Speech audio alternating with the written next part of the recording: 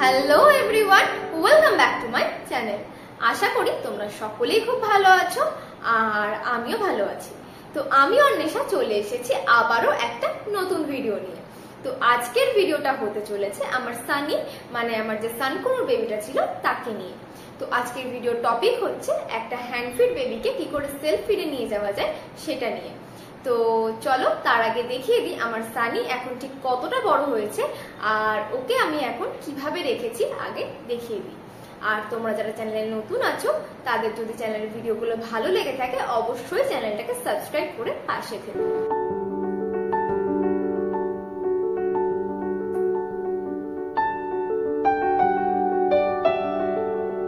তোমরা যারা আমার চ্যানেলটা ফলো করো তারা অবশ্যই জানবে সানিকে আমি বেশ কিছুদিন হলো এই খাঁচাটার মধ্যে ট্রান্সফার করে দিয়েছি। তবে ওকে এখানে পার্মানেন্টলি রাখবো না, ওর জন্য খুব শিগগিরই একটা নতুন খাঁচা নিয়ে আসবো। আর খাঁচার সামনে আসা মাত্র এই ছটপট করার কারণ হচ্ছে ওকে বের করে আদর করতে হবে। তো যেহেতু ও ছিল একটা ইয়েলো ডমিনেন্ট সানকনুর, তো দেখতেই পাচ্ছ ওর কালারটা কিন্তু এসে গেছে আর ভীষণ মিষ্টি দেখতে হয়েছে। তো তোমরাও যদি এরকম সানকনুর বেবি পেতে চাও তোমরা কমেন্টে অবশ্যই জানিও, আমি যে দাদার থেকে ওকে নিয়েছি তোমাদেরকেও তার নাম্বারটা প্রোভাইড করে দেবো।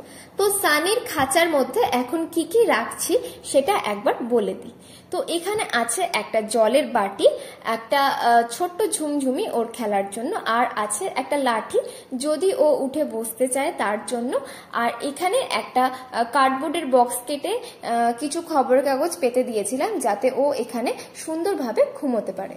আমরা যে হ্যান্ড ফিড বেবিগুলো বাড়িতে আনছি তাদের তো আমরা ফিড দিয়ে বড় করছি, এরপর তাদেরকে সেলফ ফিডে নিয়ে যাওয়ার জন্য কিন্তু একটা প্রপার বয়স হয়। তো সব পাখির ক্ষেত্রে যদিও বয়সটা সেম হয় না, তো সেক্ষেত্রে আমাদের কিন্তু একটা জিনিস খেয়াল রাখতে হবে যে পাখিটার যখন বডিতে ফুললি ফেদার চলে আসবে বা বিশেষ করে বুকের কাছটায় যখন ফুললি ফেদার চলে আসবে তখন কিন্তু আমাদের সেই হ্যান্ড ফিডিং বেবিটাকে সেলফ ফিডিং ট্রেনিং দেয়া চালু করাটা উচিত। তো দেখো এই হচ্ছে আমার সানি, ওর কিন্তু গায়ে যথেষ্ট পরিমাণ পালক এসে গেছে, প্লাস চেস্টেও কিন্তু পালক এসে গেছে। তো এখন কিন্তু ওকে আমি সেলফ ফিড ট্রেনিংটা দেব, যদিও দিতে অনেকটাই দেরি হয়ে গেছে। তো যাই হোক, তো আজকে ওকে আমি সেলফ ফিডের জন্য কিছু ছোলা আর সবুজ মুগ ভেজানো দেব। তো চলো দেখে নেওয়া যাক। এখানে একটা ছোট্ট থালার মধ্যে কিছু ভেজানো ছোলা আর সবুজ মুগ নিয়েছি।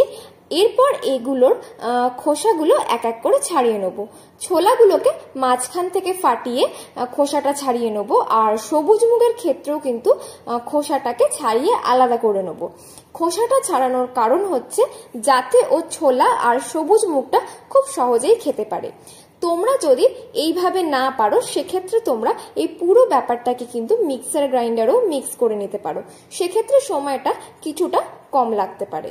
তো দেখতেই পাচ্ছ এখানে কিন্তু সবকটা জিনিসের খোসা ছাড়ানো হয়ে গেছে। এরপর কিন্তু ওকে এটা খেতে দেবো।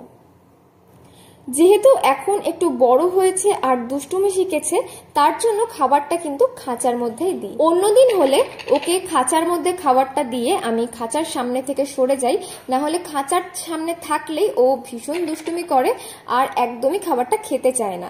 তো যেহেতু আজকে ভিডিওটা করছি তাই সামনে আছি, তো তোমরা দেখতেই পাচ্ছ তাও কিন্তু ও খাবারটা খাচ্ছে। তো প্রথম প্রথম হয়তো পুরোটা খাবে না, নষ্ট করবে, হয়তো একটু ফেলবে ছড়াবে, তো সেটা ভাবলে চলবে না। তো এইভাবে খেতে খেতেই কিন্তু ওরা একদিন হ্যান্ড ফিড থেকে সেলফ ফিডে চলে আসবে, তখন কিন্তু আর হ্যান্ড ফিড দেওয়ার প্রয়োজন হবে না। তবে যখন ও সেলফ ফিডিং ট্রেনিং এ আছে তখনই কিন্তু হট করে ওদেরকে হ্যান্ড ফিডিং দেওয়ানো বন্ধ করা যাবে না। প্রথম সপ্তাহে যদি ও 3 বার খায় সেক্ষেত্রে দ্বিতীয় সপ্তাহে 2 বার, তৃতীয় সপ্তাহে 1 বার, এইভাবে কিন্তু হ্যান্ড ফিডিংটা আস্তে আস্তে বন্ধ করাতে হবে। তো আজকের ভিডিওটা কেমন লাগলো অবশ্যই একটা লাইক, শেয়ার আর কমেন্ট করে জানিও।